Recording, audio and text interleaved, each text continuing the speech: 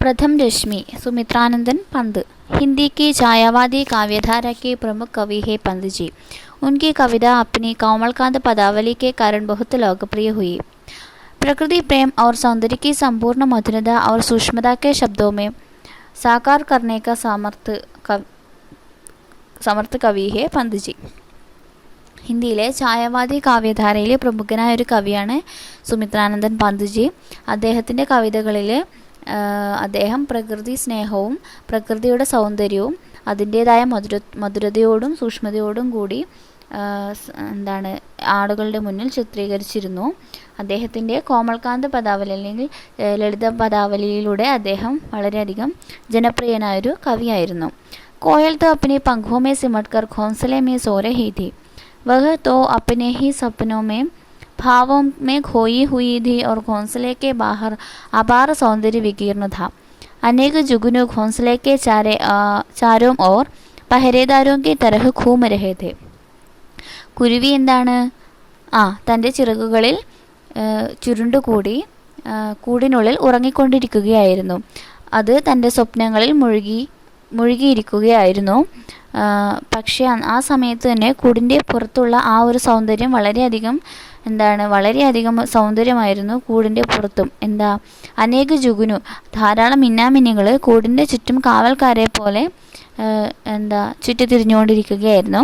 चंद्रमा के कोमल किरणों के सहारे धरती पर उतरकर आकाशचारी पक्षी जो अपनी इच्छानुसार रूप बदल कर सकते हैं.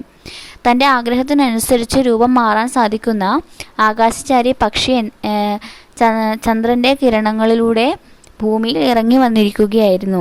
അഥവാ ആകാശചാരി ദേവതാओं के सौंदर्य से अपूर्ण कोमल तितलियों नवीन कोमल कलियों का मुख चूम चूम कर उन्हें मुस्कुराना सिखा रहे थे. ആകാശചാരി ആകാശത്ത് സഞ്ചരിക്കുന്ന ദേവതകളുടെ സൗന്ദര്യം ആവാഹിച്ചെടുത്ത കോമളങ്ങളായ പൂമ്പാറ്റകൾ ആ പുതിയ പുതിയ പൂമൊട്ടുകളെ ചുംബിച്ച് അവയെ പുഞ്ചിരിപ്പിച്ചു കൊണ്ടിരിക്കുകയായിരുന്നു. ചാരോ മോർ സന്നാട്ട ഥ നാലുപാടും നിശബ്ദതയായിരുന്നു. ആകാശ് മേ താരോം കി ദീപക് ജിൻമേ തേൽ നഹി അഥവാ ജിനെ സ്നേഹ പാപ്ത് നഹി ഹുവാ ജൽ രഹേ ഥേ. ആകാശത്ത് എണ്ണയൊഴിക്കാതെ തന്നെ നക്ഷത്രങ്ങൾ മിന്നിത്തിളങ്ങിക്കൊണ്ടിരിക്കുകയായിരുന്നു. വൃക്ഷം के पत्ते भी थमे हुए थे और संपूर्ण चेतन जगत अपने स्वप्नों की मादकता मोहकता में निमग्न था. വൃക്ഷങ്ങളുടെ ഇലകളും വളരെയധികം നിശബ്ദമായിരുന്നു. ഈ ലോകം മുഴുവനും തൻ്റെ സുന്ദരമായ സ്വപ്നങ്ങളിൽ निमग्नമായ ഒരു രാത്രിയായിരുന്നു അത്. ऐसे शांत शून्य एकांत वातावरण में कोयल किसी के स्वागत के लिए अचानक कैसे കൂടി थे. ഇത്രയും ശാന്തമായ ശൂന്യമായ ആ ഒരു അന്തരീക്ഷത്തിൽ കുരുവി മാത്രം അല്ലെങ്കിൽ കുയിൽ മാത്രം എങ്ങനെയാണ് ആരെയോ സ്വാഗതം ചെയ്യാനെന്ന പോലെ കൂകുന്നത്. उस अंतर्यामिनी को विश्व के कण कण में व्याप्त और भावी परिवर्तन का ज्ञान कैसे हुआ. ആ കുയിലിന് ലോകത്തിൻ്റെ ഓരോ കണത്തിലും നിറഞ്ഞു നിൽക്കുന്ന ആ ഒരു പരിവർത്തനം അല്ലെങ്കിൽ ആ ഒരു മാറ്റത്തെ എങ്ങനെയാണ് അറിയാൻ സാധിച്ചത്. ഒരു രാത്രി കഴിഞ്ഞ് ഒരു പകലാവുന്ന ആ ഒരു മാറ്റം നമ്മുടെ ലോകത്തിൻ്റെ എല്ലാ ഭാഗത്തും സംഭവിക്കുന്നതാണ്. അതുകൊണ്ടാണ് പന്ത്ജി ഇവിടെ ഇങ്ങനെ പറയുന്നത്. രാത്രിക്ക് പശ്ചാത് ദിൻ ഹോനാ തോ സ്വാഭാവിക ഹേ. രാത്രി കഴിഞ്ഞ് പകലാവുക എന്നത് സ്വാഭാവികമായ കാര്യമാണ്. എന്നാൽ പന്ത്ജി ആ രാത്രിയെ അത്യന്ത ഭാവമായ ചിത്രം, അതായത് വളരെയധികം ഭാവനാപൂർണമായ ഒരു ചിത്രമാണ് ഇവിടെ കൊടുത്തിരിക്കുന്നത്. जब संपूर्ण सृष्टि रात्रि के अंधकार में घिरी हुई थी, अंधकार के कारण कुछ भी दिखाई नहीं देता था. ലോകത്തിലെ എല്ലാ സൃഷ്ടി ചരാചരങ്ങളും രാത്രിയിലെ ആ ഒരു ഇരുട്ടിൽ വീണ ആ ഒരു നേരത്ത്, ഇരുട്ട് കാരണം ഒന്നും തന്നെ കാണാൻ കഴിയാത്ത ആ ഒരു സമയത്ത് उस समय छायारहित अदायद छायारहित शरीर वाले अनेक दुष्ट राक्षस अंधकार में से छाया रूप में ही निकलकर अनेक प्रकार के जादू टोने से आकर्षक षड्यंत्रों की सृष्टि कर सकते थे. അതായത് നിഴലില്ലാത്ത ശരീരം മാത്രമുള്ള ദുഷ്ടരായ രാക്ഷസന്മാർ ഇരുട്ടിൽ നിഴലിൻ്റെ രൂപത്തിൽ ഇറങ്ങിയിട്ട് വിവിധ തരത്തിലുള്ള മാജിക്കുകൾ കാണിച്ച് ആകർഷകമായ എന്താണ് കൂടോത്രങ്ങളും ചെയ്തുകൊണ്ടിരിക്കുന്നു. രാക്ഷസി മായ കാ വിസ്താർ ഹോ രഹാ ഥാ ഔർ ദൂസരി ഔർ ശശിബാല രാത്രി പർ യാത്ര കർത്തേ ഹുയെ ഥക്ക് രഹി ഥി. ഈ ചന്ദ്രൻ, ശശിബാല എന്ന് പറഞ്ഞ ചന്ദ്രനെയാണ് പറയുന്നത്. ചന്ദ്രനും നിലാവും രാത്രിയിൽ യാത്ര ചെയ്ത് ക്ഷീണിച്ചിരിക്കുകയായിരുന്നു. ഉസ്കെ മുഖസേ ശോഭ ഔർ കാന്തി ക്ഷീണ ഹോ രഹി ഥി.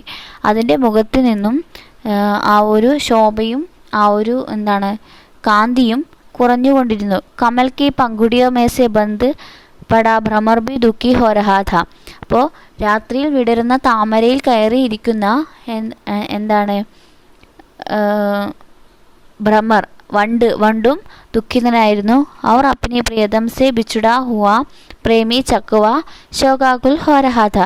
തൻ്റെ പ്രിയതമയോട് വേർപെട്ട് ജീവിക്കേണ്ടി വരുന്ന ആ ഒരു ചക്രവാക പക്ഷിയും വിഷണ്ണനായിരിക്കുന്നു. ജഡ് പ്രകൃതി our Chetan Jagat Sabi uz അന്ധകാർ may ഏക് രൂപ് ഹോ ചുകേ ഹെ. ജഡരൂപമായ പ്രകൃതിയും ചേതനാരൂപം, അതായത് ജീവനുള്ളവയും ജീവനില്ലാത്തവയും ഒരേ അവസ്ഥയിലേക്ക് നീങ്ങുകയാണ് അന്ധകാരത്തിൽ. संसार की इस जड़ता और शून्यता में केवल हृदय की गतिविधि का आभास खासों के आने जाने से होता है. ലോകത്തിൻ്റെ ഈ ഒരു ജഡത്വം അല്ലെങ്കിൽ ഈ ഒരു ശൂന്യത ഹൃദയത്തിൻ്റെ ആ ഒരു ഹൃദയത്തിൻ്റെ ചലനത്തിലൂടെ മാത്രമാണ് ഒരു മാറ്റം വരുന്നതായിട്ട് തോന്നുന്നത്. ഭവിഷ്യ की गतिविधि को पहचानने वाली कोयल तुमने ही तो सर्वप्रथम जागृति का गीत गाया है. ഭാവിയുടെ ഗതിവിധികൾ, ഭാവിയുടെ കാര്യങ്ങൾ അറിയുന്ന അല്ലെങ്കിൽ മനസ്സിലാക്കാൻ കഴിയുന്ന കുയിലേ, നീ തന്നെയാണ് ആദ്യം പ്രകൃതിയെ അല്ലെങ്കിൽ ലോകത്തിനെ ഉണർത്താനുള്ള പാട്ട് പാടുന്നത്. ഉസ് ഗീത് കാ അനുകരൺ കർത്തി ഹുയി പ്രഥം രശ്മി പ്രകट हुई जिससे चारों मोर शोभा सरसदा സുഗന്ധി और आनंद का ताना बाना गूंद दिया. ആ പാട്ടിലൂടെ തന്നെ, ആ കുയിലിൻ്റെ പാട്ടിലൂടെ തന്നെയാണ് പ്രഥം രശ്മിയുടെ ആഗമനവും ഉണ്ടാകുന്നതും നാലുപാടും ശോഭയും സുഗന്ധപൂരിതമായ ആ ഒരു പ്രകാശവും പരക്കുന്നത്, ആനന്ദമുണ്ടാകുന്നത്. രാത്രി കെ അന്ധകാർ മേ വിലീൻ ഹോക്കർ നാനാ നാം രൂപാത്മക ജഗത് അപ്നെ അസ്തിത്വ കോ ഖോ ചുക്കാ ഹെ. രാത്രിയുടെ അന്ധകാരത്തിൽ മുഴുകി വിവിധ പേരുള്ള, വിവിധ രൂപത്തിലുള്ള ആ ലോകം തൻ്റെ അസ്തിത്വത്തെ തന്നെ നഷ്ടപ്പെടുത്തുന്നു. जड़ और चेतन पर अंधकार की कालिमा व्याप्त थी, किंतु प्रथम रश्मि के स्पर्श मात्र से वह अचानक अपने विविध रूपों और नामों पर साकार हो गया है.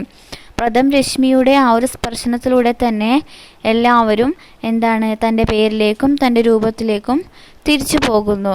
अंधकार का आवरण उड़ा तो अपनी संपूर्ण सुषमा विविधता से आकर्षण को लेकर समस्त संसार की शोभा प्रकट हो गई.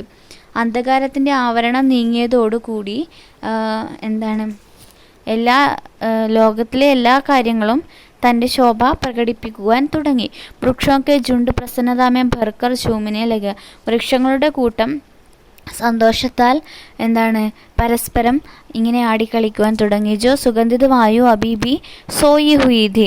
സുഗന്ധപൂരിതമായ വായു ഇപ്പോഴാണ് ഉറങ്ങാൻ പോയത്. വോബി അധീരതാമേ ചലനെ ലഗെ. അതും സഞ്ചരിക്കുവാൻ തുടങ്ങി.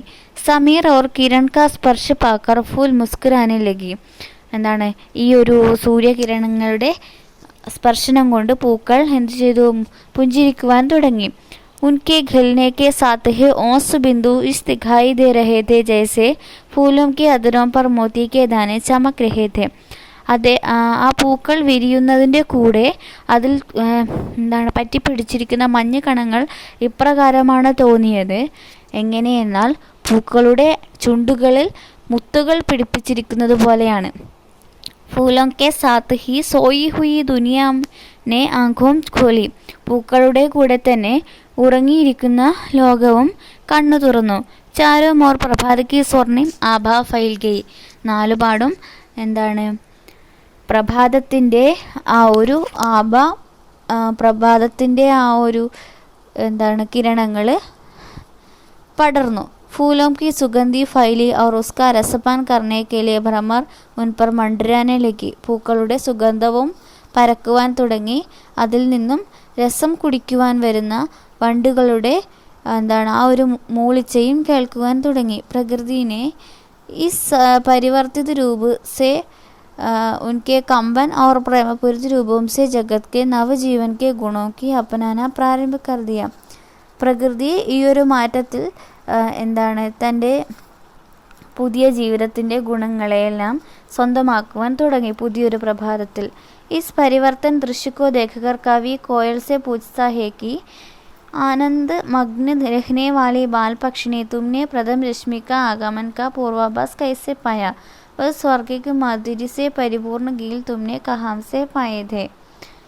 ഇത്തരം മാറ്റങ്ങൾ കണ്ടിട്ട് കവി കുയിലിനോട് ചോദിക്കുകയാണ്, ഈ സന്തോഷത്തിൽ മുഴുകിയിരിക്കുന്ന പക്ഷി നിങ്ങൾ എങ്ങനെയാണ് ഈ പ്രഥം രശ്മിയുടെ അല്ലെങ്കിൽ ആദ്യത്തെ കിരണത്തിൻ്റെ ആ ഒരു വരവ് നേരത്തെ തന്നെ മനസ്സിലാക്കിയത്?